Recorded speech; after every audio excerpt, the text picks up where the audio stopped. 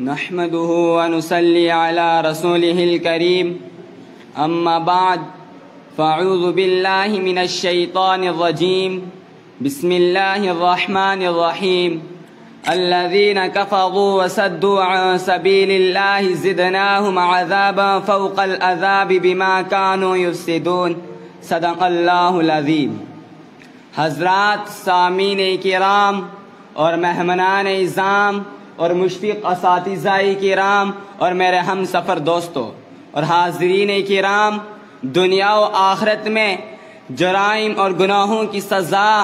افراد و معاشرے میں سنگینی اور خطرات و نقصانات کے لحاظ سے ہوتی ہے، لہذا اللہ تبارک و تعالی کا ارشاد ہے الذین کفروا وصدوا عن سبیل اللہ زدناہم عذابا فوق العذاب بما كانوا یفسدون، کہ تم میں سے جن لوگوں نے کفر کو اپنا لیا تھا اور دوسروں کو اللہ کے راستے سے روکا تھا، ایسے لوگوں کے عذاب میں ہم مزید عذاب کا اضافہ کرتے رہیں گے، کیونکہ وہ دنیا میں فساد مچایا کرتے تھے۔ اسی طرح ارشاد باری تعالیٰ ہے وَلَا تُفْسِدُوا فِي الْأَرْضِ بَعْدَ إِصْلَاحِهَا ذَلِكُمْ خَيْرٌ لَكُمْ إِن كُنتُم مُؤْمِنِينَ، کہ تم معاشرے میں اصلاح کے بعد فساد برپا نہ کرو، اسی میں تمہارے لیے بھلائی ہے اگر تم میری بات مان لو۔ ایک انتہائی سنگین ترین جرم اور تباہ کن گناہ جس نے معاشرے کو اپنی لپیٹ میں لے رکھا ہے وہ ہے منشیات کا بڑھتا ہوا رجحان اور نشے کی لت، نشے کی عادت جس معاشرے میں عام ہو جائے اسے کوئی تباہی سے بچا نہیں سکتا۔ ایسے معاشرے کے افراد سے ہمیشہ فساد ہی فساد برپا ہوتے ہیں اور ذلت اور رسوائی ان کے مقدر ہوتی ہے۔ منشیات بغیر کسی مبالغہ کے ایسی 5 چیزوں کو تباہ برباد کر دیتی ہیں جنہیں شریعت اسلامیہ نے بنیادی حقوق تحفظ فرمائے ہیں، وہ یہ ہیں دین، نفس، نسل، عقل، مال۔ چنانچہ حضرت ابن عباس رضی اللہ تعالی عنہما کی روایت ہے کہ شراب سے بچو کیونکہ شراب تمام برائیوں کی جڑ ہے۔ منشیات کا نقصان شراب سے بھی زیادہ سنگین ہے۔ معلوم ہونا چاہیے کہ نبی اکرم صلی اللہ علیہ وسلم نے منشیات کی تمام تر اقسامات کو حرام قرار دیا ہے، خواہ و خورد نوش کے قبیل سے ہوں یا انجیکشن یا سنگی والی اشیاء کے قبیل سے ہوں۔ شریعت مطہرہ نے منشیات کے نقصانات کے لحاظ سے پیش نظر ان کو سختی سے منع کیا ہے اور منشیات کے اس نقصانات سے شدت سے ان کی حرمت کو بیان کیا ہے۔ چنانچہ حضرت نبی اکرم صلی اللہ علیہ وسلم سے جب دریافت کیا گیا کھجور اور غلہ اور مکی جن سے شراب تیار کی جاتی ہے تو آپ صلی اللہ علیہ وسلم نے ارشاد فرمایا کہ جن چیزوں کی قلیل مقدار سے شراب بنتی ہو یا ہر قسم کا نشہ آور چیزیں حرام ہیں، نیز آپ صلی اللہ علیہ وسلم نے ارشاد فرمایا کہ جن چیزوں کی قلیل مقدار نشہ آور ہو ان چیزوں کی کثیر مقدار بھی حرام ہے۔ منشیات اور اس کے نقصانات میں سے ایک نقصان یہ ہے کہ انسان کی عقل ضائع ہو جاتی ہے، جب کہ انسان کی عقل ہی حیوانات سے ممتاز کرتی ہے۔ جب انسان کی عقل ضائع ہو جاتی ہے تو جرائم کا مرتکب اور انسانی اخلاق و کردار سے عاری ہو جاتا ہے۔